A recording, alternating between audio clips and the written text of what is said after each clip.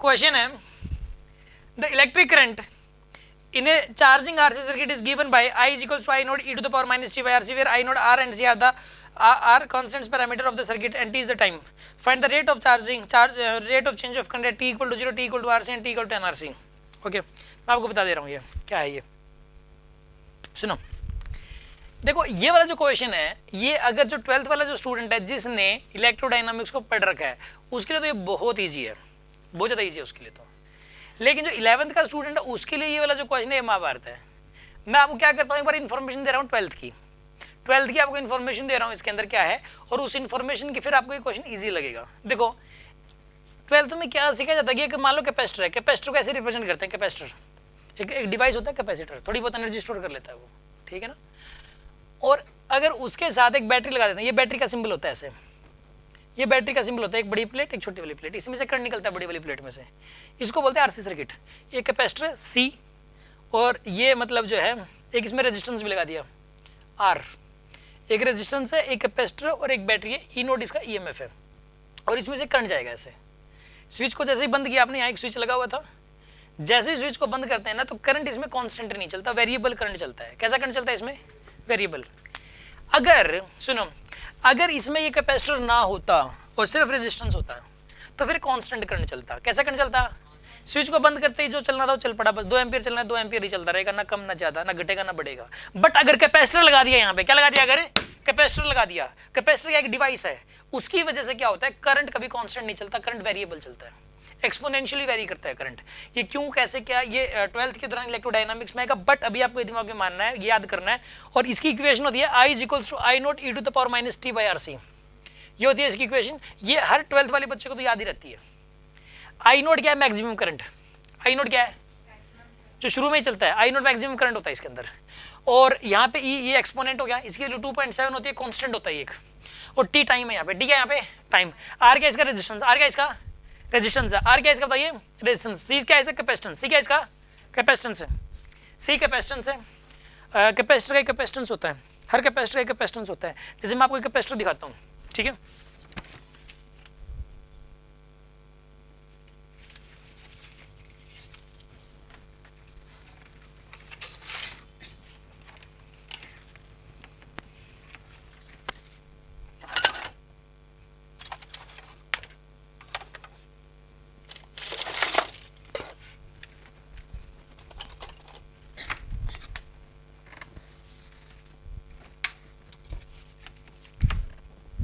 ये कैपेसिटर है, this is the capacitor here, ठीक है ना, ये पंखे में लगता है, कैपेसिटर है। इसके अंदर जो है ना, मैं आपको ना ये इसके अंदर एनर्जी स्टोर करके दिखाता हूँ आपको, ठीक है ना।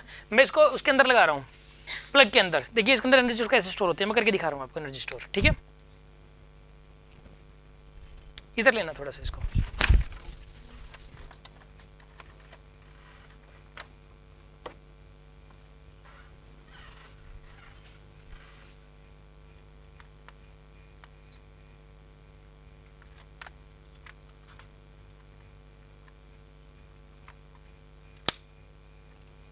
एनर्जी स्टोर होगी इसके अंदर, जितनी होनी थी हो चुकी है, ठीक है ना। इसके अंदर एनर्जी स्टोर है फिलहाल। अभी देखना,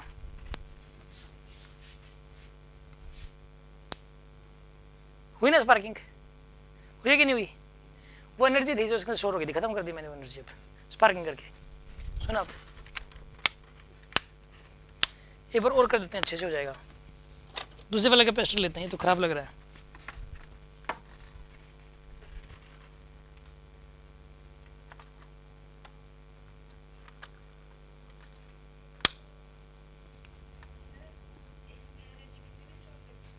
बहुत ज़्यादा लिमिट होती है इसकी, कैपेसिटेंस पे डिपेंड करती है कितनी एनर्जी स्टोर करेंगे हम इसमें, कितनी मैक्सिमम नहीं वो बैटरी पे भी डिपेंड करती है, कितनी भी स्टोर कर दो, ज़्यादा बड़ी बैटरी लगानी पड़ेगी फिर। देखिए आप,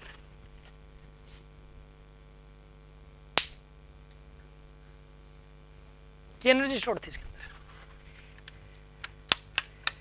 ये कैपेसिटर है, कैपेसिटर क्या करता है हमेशा ही एनर्जी स्टोर करता है। कैपेसिटर का मतलब एनर्जी स्टोर करना, ठीक है। इस कैपेसिटर, लेकिन जब भी कैपेसिटर जुड़ता है तो क्या होता है कि करंट उस टाइम ये वाला चल रहा होता है, I is equal to I naught e to the power minus t by R C. हर बच्चे को याद रहता है जिसने इलेक्ट्रोमैग्नेटिज्म, जिसने इलेक्ट्रोडायनामिक्स पढ़ रखी होती है, ठीक है ना। 11th वाले ने पहली बार सुन रहा होता है इसलिए थोड़ा टफ लग रहा होगा आपको ये। आई यहाँ पे आई नोट है मैक्सिमम करंट जो चल सकता है इसमें, मैक्सिमम करंट, और ये हमेशा वैसे टी इक्वल टू 0 पे चलता है। जैसे स्विच को टी इक्वल टू 0 कौन सा है, जब स्विच को बंद करते हैं तब चलता है करंट। टी क्या है यहाँ पे, टाइम है टी। आर क्या है यहाँ पे, इसके अंदर, इस सर्किट के अंदर, इस लूप के अंदर जो रेजिस्टेंस लगा हुआ है वो है ये, आर इज द रेजिस्टेंस। और सी क्या बताइए, इसका कैपेसिटेंस है। हर कैपेसिटर का कैपेसिटेंस होता है, किसी का 2, किसी का 4, जैसे इसका 3.15 है जो पंखे में लगता है, 3.15 माइक्रोफेरेड होता है इसका कैपेसिटेंस। 6 भी हो सकता है, 10 भी हो सकता है। जितना ज़्यादा कैपेसिटेंस होगा वो उतनी ज़्यादा एनर्जी ले सकता है। तो सी ये कांस्टेंट है, ये आर और सी तो कांस्टेंट है, ठीक है। टाइम तो वेरिएबल है, अलग अलग टाइम पे करंट अलग अलग चलता है। जैसे टाइम की वैल्यू 1 सेकंड पुट करोगे तो करंट की वैल्यू अलग आएगी, टाइम की वैल्यू 2 पुट करोगे तो टाइम की वैल्यू अलग आएगी। करंट की वैल्यू अलग अलग टाइम पे करंट की वैल्यू अलग अलग होती है, वेरिएबल करंट चलता है। करंट टाइम के साथ बदल रहे हैं यहाँ पे। तो ये वाली इक्वेशन इसने दे दी, ये वाली इक्वेशन पता भी होती है अक्सर बच्चों को, लेकिन आपके लिए लिख दी है इक्वेशन इसने। अब इसने बोला है कि rate of change of current बताओ, d I by D t. Rate of change of current क्या होता है बताइए, d I by D t होता है rate of change of current. इसको क्या बोलते हैं बताइए, d I by D t. ये कह रहा है कि टी इक्वल टू 0 पे बताओ इसकी वैल्यू क्या होगी। पहले पार्ट में, इसके 3 पार्ट्स हैं। पहले पार्ट में बोला टी इक्वल टू 0 पे, तो इसमें ना d I by D t, पहले तो D I by D t निकालो, कितना हो जाएगा, कितना हो जाएगा d I by D t बताइए। आई नोट इसका डिफरेंशिएट करो आप, आई नोट का एच डी से रखा, e to the power minus t by R C का डिफरेंशिएशन हो जाएगा e to the power minus t by R C into में माइनस का 1 अपॉन आर सी इंटू का माइनस का 1 अपॉन में आर सी हो जाएगा आपके पास। ये D I by D T की वैल्यू है। अभी मैं पार्ट सोल्व ही नहीं कर रहा, पहले तो मैं D I by D T निकाल रहा हूँ। D I by D T निकालने के लिए चेन रूल का यूज़ किया मैंने, ठीक है ना। इसके अंदर कैसे किया मैंने, आई नोट तो कांस्टेंट है, e to the power minus t by R C, e to the power minus e to the power x का e to the power x ही होता है। तो ये इसको एच टी से रख दिया, फिर इसको किया डिफरेंशिएट, चेन रूल का यूज़ करना था ना, तो माइनस 1 अपॉन आर सी आया तो वो लिख दिया आपने। तो यहाँ पर कितना आ जाएगा, ये माइनस का आई नोट अपॉन में R C e to the power minus t by R C हो जाएगा आपके पास। ये आ गया आपके पास d I by D T की वैल्यू, आगे d I by D T की वैल्यू। अब इसमें टी की वैल्यू 0 डालो आप, इसमें ए ऑप्शन में टी इक्वल टू 0 डालो आप, तो D I by D t कितना आएगा बताइए। टी की वैल्यू 0 डालोगे आप, यहाँ पे आएगा माइनस का आई नोट अपॉन में आर सी, इसको लिख सकते हो 1 अपॉन में e to the power t by R C लिख सकते हो आप, इसको लिख सकते हो ना। ये माइनस है, इसको नीचे ले गया, प्लस हो गया। टी की वैल्यू क्या डाली आपने, 0, ई टू द पावर 0 क्या होता है 1, ई टू द पावर 0 क्या हो जाएगा 1, तो यहाँ पे क्या आएगा, ये माइनस का ये आ जाएगा आपके पास टी इक्वल टू 0 के ऊपर D I by D T की वैल्यू आ गई। टी इक्वल टू 0 पे किसकी वैल्यू आ गई आपके पास, आई नोट की वैल्यू, या आई की वैल्यू, करंट की वैल्यू आ गई। D I by D T की वैल्यू आ गई, sorry D I by D T पूछा था, टी इक्वल टू 0 पे आ गया ना। अब दूसरा पार्ट, दूसरे पार्ट में क्या बोला है इसने, दूसरे पार्ट में बोला है आर सी टाइम पे, आर सी टाइम पे, और तीसरे पार्ट में बोला 10 आर सी टाइम पे, आर सी टाइम पे। तो आप ऐसा करो, यहाँ पे t equals to R C time पे D I by D T की वैल्यू बतानी है, तो कितनी आएगी बताइए। यहाँ पे आएगी माइनस का आई नोट अपॉन में आर सी, और यहाँ पे 1 अपॉन में e to the power R C by R C कर दोगे ना आप। टी की जगह पुट करना आपको, आर सी पुट करना है, टी की जगह, टी की जगह पुट करना आपको आर सी। तो क्या आंसर आएगा बताइए इसका, माइनस का आई नोट अपॉन में आर सी ई, ये आंसर आएगा आर सी ई। फिर इसने बोला T equal to 10 R C पे बताओ, सी पार्ट में क्या बताना बताइए, T equals to 10 R C time पे।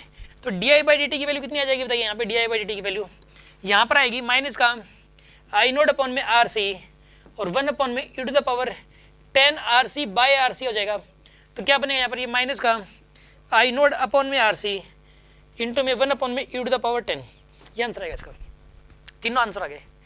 अब इस क्वेश्चन से क्या सिखाना चाह रहा था ये, इस क्वेश्चन से ये बिल्कुल इसने बेसिक एक्सरसाइज बना के दी है। तो इससे देखो क्या सिखाना चाह रहा था, एक तो ये बताना चाह रहा था कि rate of change of current निकालना है तो इसको डिफरेंशिएट करना पड़ेगा। किसी चीज़ का रेट निकालने के लिए उसको डिफरेंशिएट करना पड़ता है, ये ताकि ये कॉन्सेप्ट क्लियर हो जाए बच्चे का। दूसरा, इसमें e to the power minus x का, इसमें चेन रूल आता है कि नहीं आता, चेन रूल की प्रैक्टिस हो रही है इसके अंदर, बस और कुछ नहीं है इसमें। समझ में आ रही है बात आपको। और एक इस क्वेश्चन से ये भी क्लियर होता है बच्चों को कि किसी आरसी सर्किट के अंदर करंट वेरिएबल होता है। आरसी सर्किट में करंट क्या होता है, वेरिएबल। मतलब जरूरी नहीं है जैसे 10th क्लास तक आपने पढ़ा होता है कि हमेशा कांस्टेंट करंट चलता है, बट करंट वेरिएबल करंट भी चल सकता है और वो एक्सपोनेंशियल फंक्शन में भी हो सकता है करंट। ये बात पता लगती है इस क्वेश्चन से। समझ आ गई बात आपको।